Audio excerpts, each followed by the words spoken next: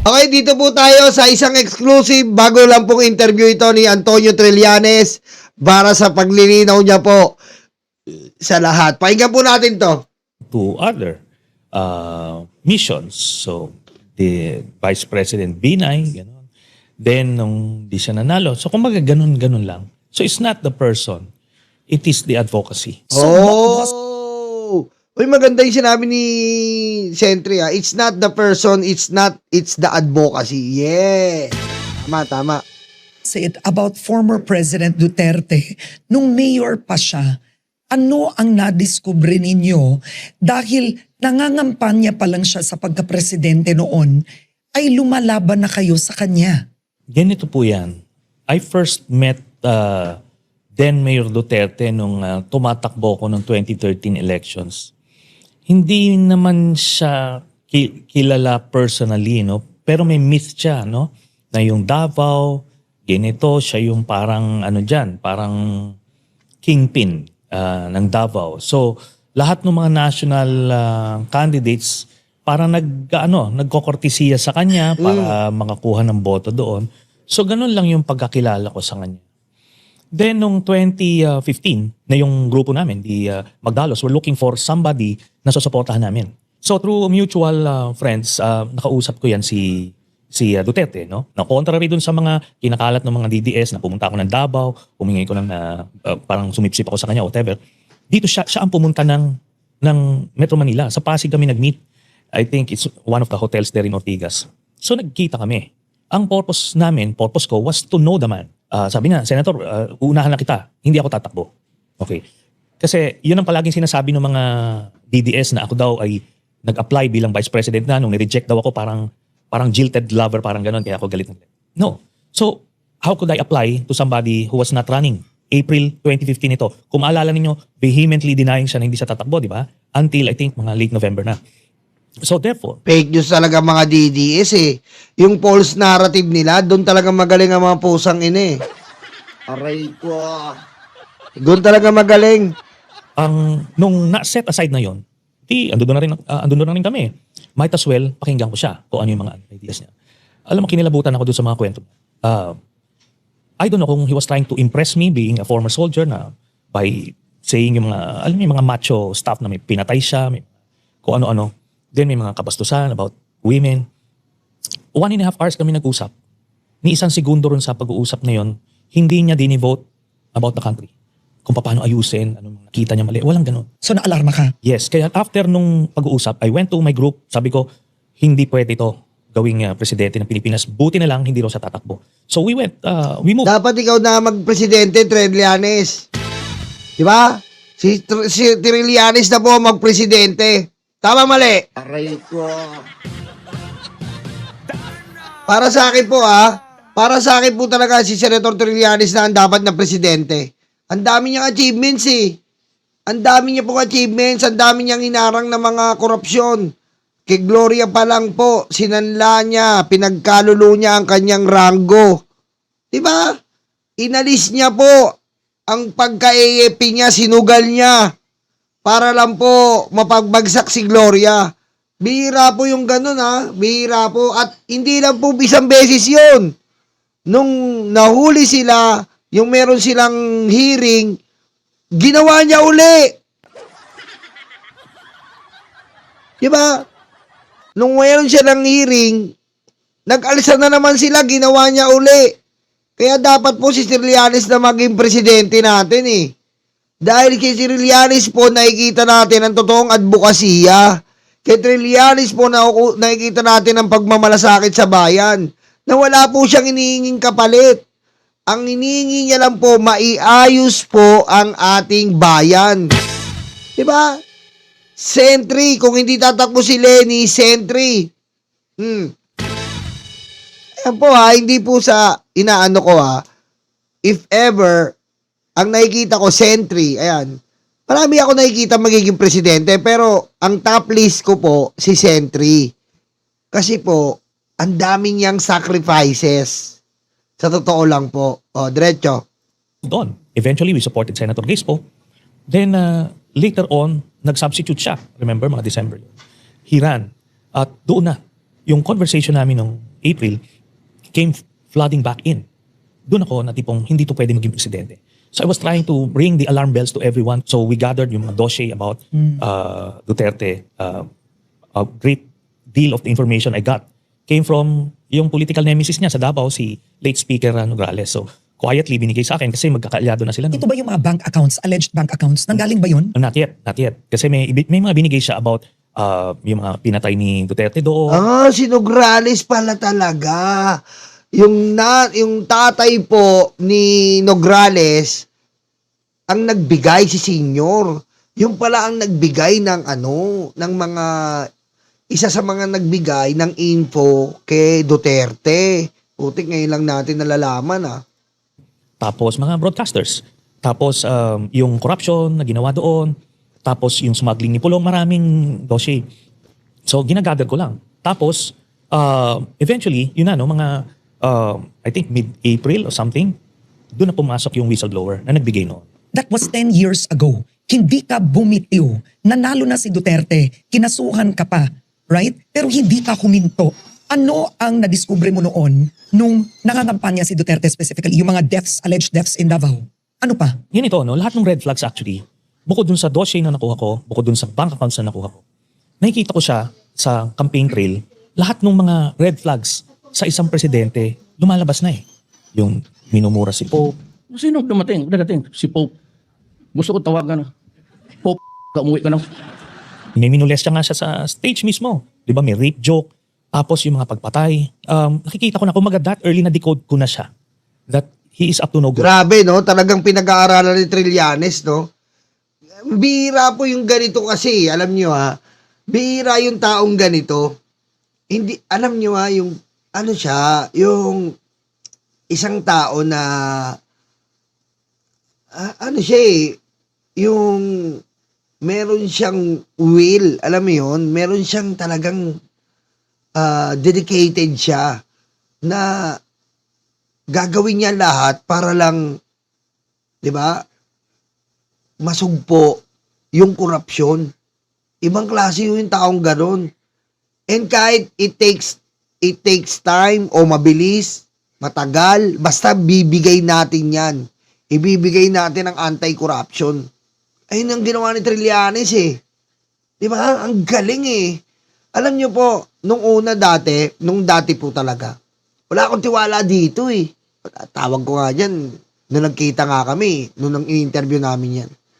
Sinabihan pa nga ako dyan sinabihan pa nga ako ni Boss Mike na, Sentry, galit sa iyo dati yan, no? Sabi ko, oo, Sentry, galit ako dati sa inyo Kala ko, sinungaling kayo Pasensya na. Sabi niya sa akin, wala sa akin yun. Bait. Ang bait. Ganun siya. Tas, ang pogi niya, men. Ang pogi ni Sentry. Ang pogi talaga, men. Ang pogi. Putek. Maskulado pa. Tas, parang sundalo talaga Wala yun. Ganun, no. Wala yun, pre. Wala yun. Pogi, men. Pogi talaga, putek. Sabi ko sa'yo, pogi. Ay, kung Sentry, ang pogi mo, Hindi ka nalalayo sa akin, Aray ko, Yun. Pogi talaga, putek. Parang aura ng Gabby Concepcion, putek. Na pagka binigyan mo ito ng power of the presidency, aabusuhin ito. And that's exactly what happened.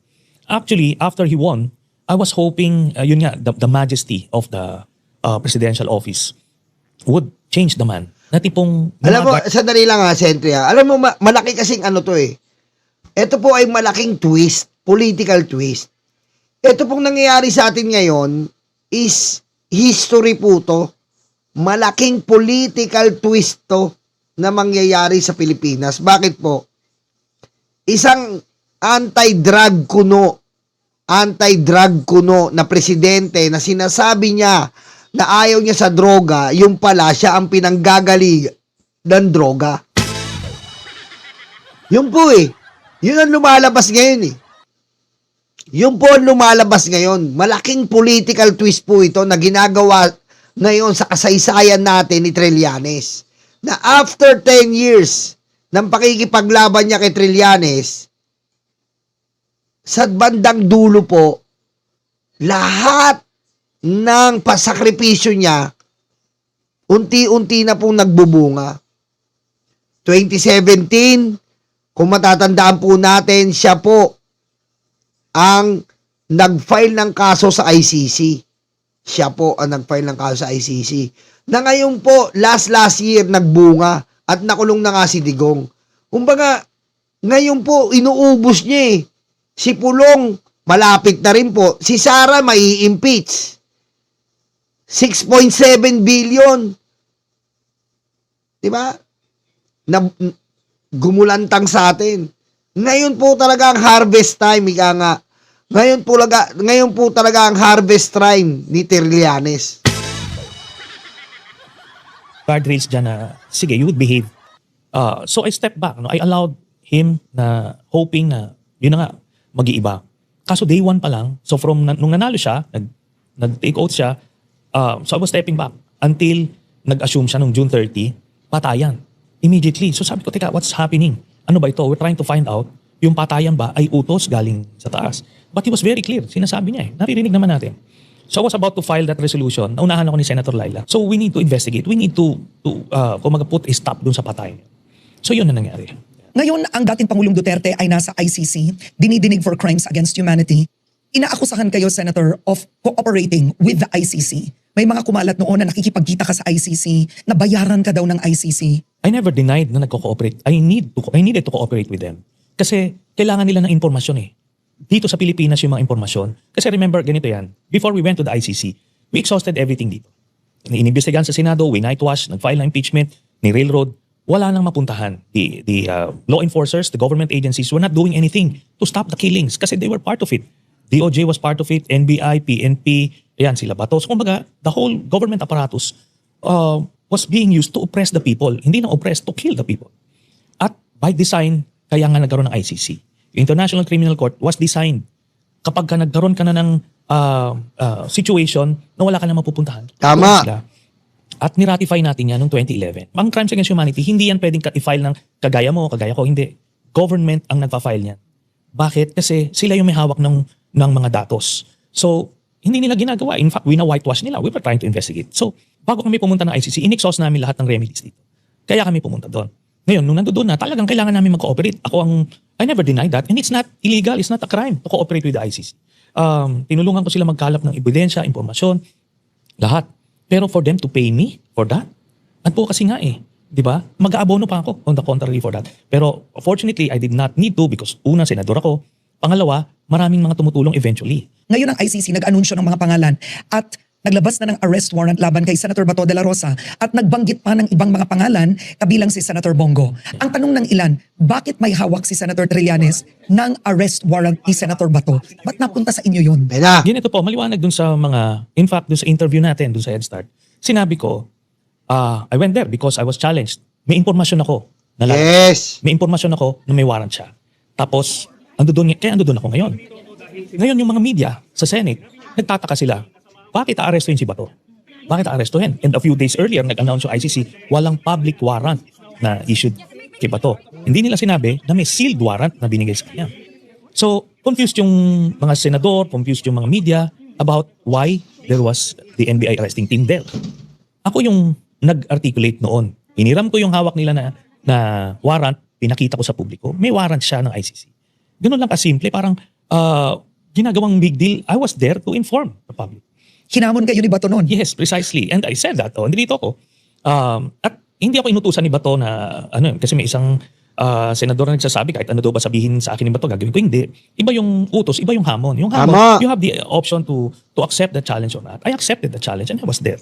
Ganun lang po kasi yun. The Senate leadership protected Senator Bato de la Rosa. Dati kayo senador. Ano ang paglabag ng Senado sa batas kung meron man? Maliwanag po yun na obstruction of justice yung ginawa. Patay kayo dyan. Kasi it was a valid warrant at ngayon, sinabi ng Korte Suprema na valid warrant yon, hinarangan yon ng Senado yung pagsiserve nun. At hindi nangyari sa kasaysayan ng Senado na ganyan ang nangyari. There are 3 instances na pwede ko masite. Alam nyo, sobrang nakakahiya po talaga yung ginawa ni Cayetano dito. Alam mo nakakahiya yun eh. Tapos sasabihin nila ngayon na kailangan sa impeachment, abogado ang hawak. O, kita mo, ano nangyari sa abogado? Ano nangyari po sa abogado? Ayan po, siya naging Senate President, abogado. Ano nangyari? Wala. Sinasabi ko sa inyo eh. Oh. Senator Enrile, noong 1990, nung na-implicate siya dun sa coup d'etat noon, sinorb yung warrant sa kanya while in session. After niya mag-privilege speech, inaresto siya. Voluntaryo sumama siya. 19 nang unang maaresto si Enrile sa kasong rebellion, kaugnay ng madugong kudeta noong December 1989. Nakulong ng ilang buwan pero nakapagpiyansa at nanalo sa kaso. Then yung nangyari kay Senator De Lima, ganun din, inaresto, voluntaryo sumama. An arrest warrant against De Lima was issued Thursday for her alleged involvement in the illegal drug trade inside the National Penitentiary. Nananalig po ako sa mahal na Diyos na malalampasan ko rin po lahat na ito. Nasa bandang huli, lalabas po ang katotohanan at makakamit ko po ang hustisya. Ulit ko po ngayon, inosente po ako, wala pong katotohanan, pawang kasinungalingan, ang mga pinaparatang po nila sa akin. Ako, nung binigyan ako ng warrant, pinapasok sila doon mismo sa... Alam mo, nakakaiya talaga si Bato eh. Alam mo yon, si De Lima, babae, hindi siya natakot. Si Bato walang betlog eh. Si Bato po walang betlog. Aray ko. Nakakaiya. Si De Lima hindi inatrasan yan. Nagpa-aresto siya. Si Trillanes. Tignan mo, ang asar lang nila sa kay Trillanes na iye. May iye daw yung pantalon. Tanginan yan. Ano yun? Pang-asar na yun, Trillanes. Mga DDS? Pinapakita na yun, may iye daw si Trillanes. Tanginan yan. Aray ko. Ano yun? Pambobong asar yun eh. Diba? Pambobong asar yan para... Ganyan talaga. Tignan nyo, nung inarap ko si Jay Guevara, diba? Inarap ko si Jay Guevara sa rally. Sinabihan ko, scammer. Dahil scammer talaga. Sinabihan ko, molestyador. Dahil molestyador. Tapos, ipipake news ako, natadyakan daw ako, may video. Aray ko. Diba? Ganun mga DDS eh. Ganun mga DDS, gusto nila, malilig silang paniwalain sa false narrative. Aray ko. Aray ko. Diba? Aray ko. May session hall ako, inaresto while in session. Sumama ako. Anything you will say, will you use against you? Ayan, sumama siya no, no? Ayan, no? Oh. About the Philippines, you have the right to anatoly. Yeah, yes, sir. Thanks. Ganun po yun. Sinasabi ng mga senador, umalis si Bato. He was a free man. Ano ang pagkukulang kung meron man ng Senado doon? Maraming pagkukulang dun sa mga tao doon. But primarily, yung play with words nila Cayetano at yung mga iba, huwag tayong magpadala doon. Maliwanag na pumuga siya, puganti siya, tumakas siya. Kasi may valid warrant, hinarangan nila, tapos sinabi nila po, protection na namin, custody namin, pero pinatakas. So, mananagot sila dyan. No? Regardless of what they say, what is important is what the law says. Ganun lang naman yun. Kaya sa amin sa Oakwood, marami kaming sinasabi, ito, nilalabas namin grievances. Kung ano man yung sinasabi nyo, but the law says, ganito yan, kulong kayo. Biro nyo po na para nangyayari dito, ilan po yung senador? 13 yun. Trillanes versus everybody. Tingnan yun. Biro mo, Trillanes po versus 13 senador. Takot na takot sila kay Trillanes. Nawala, hindi siya senador ha. Takot na takot sila. Takot na takot sila noon na madapuan, na makita si Trillanes doon, si Cayetano hindi mapakali eh. Aray ko. Dapat ba makulong si Senator Robin Padilla? Merong proseso, pero kailangan niya makasuhan. Maliwanag yon na siya ang nagpatakas, Patay. may mga testigo, may ebidensya. Ngayon, kailangan makasuhan muna, then bahala na yung korting sumintensya sa kanya. Ganun. Senate President Alan Cayetano said the Senate was under attack. I don't think there's any question. The Senate is under attack. Was under attack. Was the Senate under attack? It was never under attack. Alam nyo, nagtataka nga ako dito sa DILG, PNP na it took them 6 days to find out what we found out in just a few hours after the incident. Alam natin, nakikita kasi nung media, ando doon lahat, nire-report nyo lahat. Alam na alam sino yung umatake. They can't even say kung sino yung umatake sa kanya. Diba? Pag sinabi niyang NBI, government, authority yun. So, yun ang problema ni Cayetano. They were Patay. creating a scenario. Ang tawag dyan yung false flag operation. Para lang to pin the blame on The other groups, NBI. on the NBI. Pero, evidence showed later on, even a few hours after, na walang tumapak sa Senate premises na NBI agent. So, bumulaga sa kanila ngayon yung scenario nila. And I hope hindi tayo magpadala doon sa mga drama na yan, panliling lang na gagawin.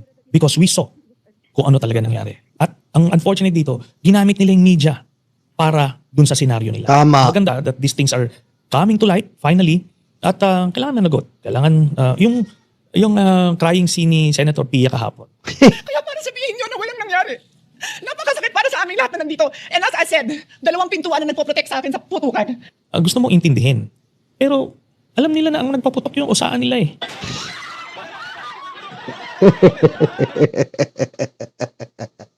Lupit talaga ni Sen. Pia, parang gusto sabihin ni Sentry, huwag kang tanga. Aray ko. Aray ko. Di ba? Parang gusto yung sabihin ni Sentry, huwag kang tanga, Pia. Pia, huwag kang tanga.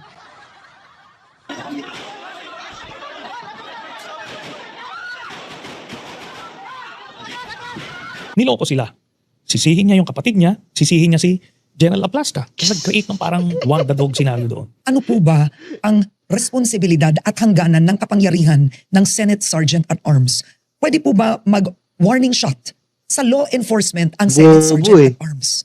Hindi po pwede yun. Meron silang manual doon na nag-guide sa iba't ibang scenarios. Kumaga mga protocols. Yan nga yung sabi ko sa inyo eh. Tayo na security guard ka lang, puputokan mo, otoridad. Kita mo yung senaryo na yun na gustong paniwalain sa atin ni Cayetano? Aray ko. Parang lumalabas, yung OSA pa ang dapat reliable. King inan yan, security guard lang yan eh. Aray ko. Yun. Or standard operating procedures, rules of engagement, ando doon yun sa kanilang professional manual. Makikita mo wala doon. Walang way, walang senaryo na pwede silang mag-warning shot sa isang otoridad. Sa law Tama. enforcement. Lalo na ng NBI na nagsiserve ng valid warrant. Kaya Tama. no matter how you spin it, bawal yung ginawa. At kailangan makulong itong si General Aplaska. Aplaska. At kung sino man nag-utos sa kanya. But why would he do that? I would like to think na una-una, in-embolden siya. Binigyan siya ng parang Basbas. ng mandato nung kanya Senate President si Alan Cayetano. Tapos ito, bunga ito nung palaki ni Duterte. Kasi ito, nag-general ito nung Binigyan ng basbas ni Cayetano yan. Sige, ano yung mga kung bahala sa'yo. Pinasibak niya yung Senate President. Pinalitan niya. Tapos ngayon, pinasibak niya ngayon yung Secretary ng Senate. Yung katigataging ngayon ang nilagay niya. Bistado eh. nung panahon na yun kasama. Doon sa area niya, marami rin natokhang ito. No? Siguro nga, kailangan ma-review din yung service record nito. Anyway, bottom line, lahat itong circumstances na to, nagdala doon. Yung yabang nung PNP sila, untouchable sila, mista niya, si Bato, parang inaapi. Tapos yung boss niya, si Cayetano, parang in-empower siya. To do that, ginawang private army yun eh. So yun ngayon, wala yan sa mandato ng In fact, yung pagdi-discharge ng weapon, pwede kang sibakin Tama. sa USAA pag nag-discharge ka indiscriminately. Palagi mo, Senator, na utusan si General Aplaska o nabigyan ng blanket authority or any form of authority na protektahan si Senator Bato at all cost. Huwag papasukin ang NBI at all cost. It may not be that explicit, but he got that impression na na tipong wag papasukin at gagawin nilang lahat to protect Bato. Is the Senate President answerable Definitely. for protecting Senator Bato? Kasi ang paniniwala niya, dapat Philippine warrant lang. Alam niyo kasi, sabi niyo, regardless kung ano yung sabihin niya, regardless kung ano opinion niya, ang importante kung what the law says. Maliwanag yung Republic Act 9851. Ako hindi ako lawyer pero marunong akong magbasa. Kahit lawyer ka, hindi ako lawyer, pero dapat yung binabasa natin parehas pagkakaintindi natin. Maliwanag. no? Kapag merong isang Galing sumagot ni Trillanes, basic na basic lang, no? Basic na basic. Pero yung mga si Cayetano, dinaan tayo sa Pokemon. Aray ko. Tanginang Senate President to. Napanood nyo ba kahapon? Di ba pinakita ko sa inyo? Tanginang dinaan tayo sa Pokemon, men. Ang Senate President ngayon ng Senado, naka-live, pinapakita Pokemon. Aray ko. Aray ko. Aray ko.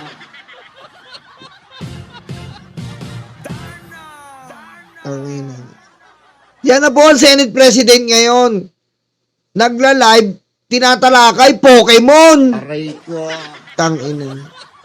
iniimbestigahan na akusado ng isang international tribunal ng crimes against humanity, pwedeng i-surrender itong taong ito ng Philippine authorities doon sa international tribunal na yun. that law was never declared unconstitutional or illegal. Ganun kasimple yun. Kaya kung anong opinion ni panlilin lang yan, panggagaslight yan, do not mind him. Kung ano yung nakalagay dito, and in fact, in-affirm na ng Korte Suprema na valid yung warrant at pwede siyang arestuhin. Inutusan ng Justice Department at Interior and Local Ayan Government, na. NBI at PNP na isilbi na ang ICC arrest warrant laban kay Senator Ronald De La Rosa. But why are you here, sir? Bakit po kayo napapasok today, sir? Ayaw kasi natin sa Republic. Kung hindi ko mapasok, kinahanap niyo ako. Di ba? Ngayon mapasok ako, tatanungin niyo ako bakit ako pumapasok. But is, sir, may kinalaman sa pag-who, sir, para makabuo ng numbers mo? Lahat yan, trabaho ng senador. Inamin ni Senator Bato de la Rosa na kaya lumitaw siya sa Senado nung Lunes matapos ng 6 na buwan ng Saka makakita sa trabaho nyo, pumasok yung pala absent mong no? Diba, lahat naman tayo nasa company. May katrabaho ka, putik. Ang tagal umabsent, tapos pagpasok, uy, ngayon ko lang pumasok. Nung wala ako, hinahanap mo ko. Aray ko. Ngayon pumasok ako, galit ka pa rin. Aray ko. No? Yung katrabaho mong ganon, no? Putik, no? Awul lang awul, sarap suntukin eh. Siya pa galit eh. Aray ko. No? Siya pa galit eh, no? Siya pa galit, sarap suntukin eh. King inanin. Nararanasan ko yun nung nag-service crew ako eh, sa Jollibee, sa Greenwich. Kapalitan ko na Pryman, nagluluto ako ng chicken eh. Oy, wala na naman yung kapalitan mo ah. Bakit? Absent na naman.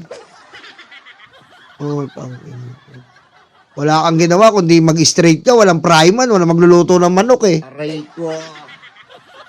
After 2 days, pumasok. Oh, pre, gusto, buti pumasok ka, pre. Siyempre, trabaho ko to eh. Aray ko.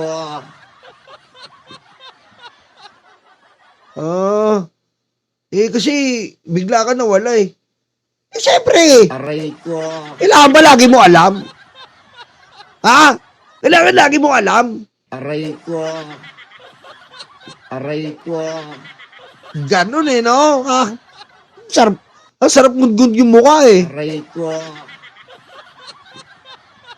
ng pagtatago ay para sa 13th vote. Mahalaga na yung boto niya ma-recognize para magbago ang liderato. Inamin niya yun. What is at stake right now? Gusto nilang in control sila sa impeachment court. Yung presiding officer would be the Senate President. So yun yung gusto nilang mangyari. Kaya siya nag-appear, pero by his own admission, dinisave din siya ni Cayetano or whoever na walang warrant. Di ba? O siguro, naniwala siya na talagang walang warrant. Anyway, kaya siya lumabas.